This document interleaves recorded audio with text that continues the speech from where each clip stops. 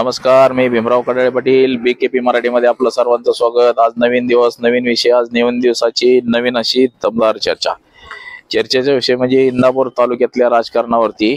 इंदापूर तालुक्याच्या राजकारणामध्ये दररोज नवनवीन ट्विस्ट असा येत आहे, तर त्याच विषयावरती आजची चर्चा आपली की इंदापूर तालुक्याची निवडणूक ही तिरंगी झाली, जवळपास फायनल झाले हे सर्वांनाच माहिती आहे। परंतु पाठीमागच्या काळामध्ये हर्षवर्धन पाटील यांनी भारतीय जनता पक्ष सोडून जो तुतारीमध्ये प्रवेश केला आणि तुतारीमध्ये प्रवेश केल्यानंतर त्यांना जवळपास तिकीट जाहीर झालेलं आहे। परंतु ते हर्षवर्धन पाटील यांनी राष्ट्रवादी काँग्रेस शरद पवार गटात प्रवेश केल्यानंतर जे जुने नाराज नेते झाले त्यापैकी प्रवीण माने यांनी अपक्ष उमेदवारी अर्ज दाखल केला, तर दुसरे नेते म्हणजे आप्पासाहेब जगदाळे आणि तिसरे नेते म्हणजे भरत शेठ। हे दोघं काय करणार यांच्या भूमिकेकडे सगळ्यांचं लक्ष लागून राहिलेलं आहे।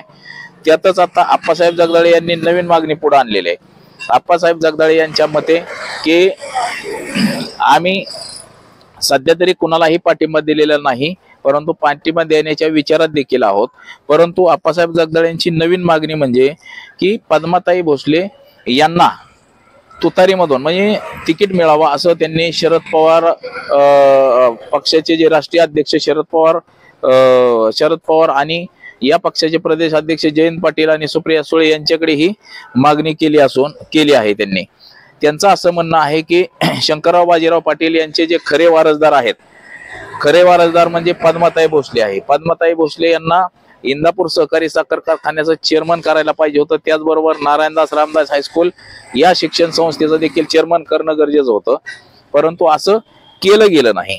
त्यामुळे आप्पासाहेब जगदाळे यांची ही नवीन मागणी आहे। त्यातच आप्पासाहेब जगदाळे आणि भरत शेठ, प्रवीण माने हे एकत्र होते, तिघ जण देखील एकत्र होते। परंतु प्रवीण माने यांनी स्वतःची अपक्ष उमेदवारी जाहीर केल्यामुळं आप्पासाहेब जगदाळे हे नाराज आहेत। आणि पाठीमागच्या काळामध्ये आपण पाहिलं की आप्पासाहेब जगदाळे हे हर्षवर्धन पाटील यांना पाठिंबा देतील असं अनेकांनी म्हटलं होतं। अनेकांना असं वाटतं की आप्पासाहेब जगदाळे हे हर्षवर्धन पाटील यांनाच पाठिंबा देतील, परंतु त्यांनी शरद पवार यांची भेट घेऊन त्यांना असं सांगितलं की साहेब, शंकरराव बाजीराव पाटील यांची कन्या पद्माताई भोसले यांच्यावरती फार मोठा असा अन्याय झालेला आहे। भाऊंच्या ज्या दोन्ही संस्था होत्या ह्या हर्षवर्धन पाटील यांनी बळकवल्या त्या, तर या शिक्षण संस्थेला आणि इंदापूर सहकारी साखर कारखाना या दोन्हींना पद्माताई भोसले यांना चेअरमन करणं गरजेचं होतं। परंतु हर्षवर्धन पाटील यांनी असं न करता स्वतःच चेअरमन झाले आणि स्वतःच हे सगळ्या संस्था बळकवलेल्या आहेत। त्यामुळं जर तुम्ही राष्ट्रवादी काँग्रेस शरद पवार गटातून जर पद्माताई भोसले यांना जर उमेदवारी दिली तर आम्ही सगळे पद्माताई भोसले यांचं काम करू आणि त्यांना तुतारी या चिन्हावरती निवडणूक लढवावी त्यांनी, अशी आम्ही अनेकांची अपेक्षा आहे। आणि आम्ही त्यांना भेटून देखील सांगितलेलं आहे की तुम्ही शरद पवार गटाकडे उमेदवारी मागणी करा। परंतु हा वेळ दिवसांदिवस कमी होत चाललेला आहे, 2च दिवस राहिलेले आहेत आता उमेदवारी अर्ज दाखल करायला। त्यामुळं उद्या हा शेवटचा दिवस आहे, तर या दिवशी काय होईल हे आपल्याला कळेल। परंतु आप्पासाहेब जगदाळे यांनी शरद पवार यांच्याकडे ही नवीन मागणी केल्याने इंदापूर तालुक्यामध्ये पुन्हा उलटसुलट चर्चांना वाव आलेला आहे।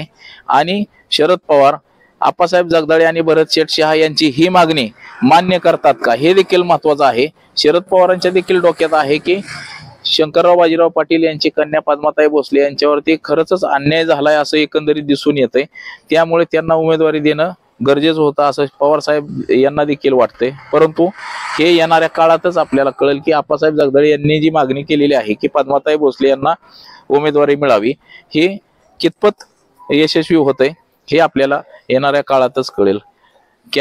आज एवढंच। कॅमेरामन अनिकेत समी, भीमराव कडाळे पाटील, बीकेपी मराठी, इंदापूर।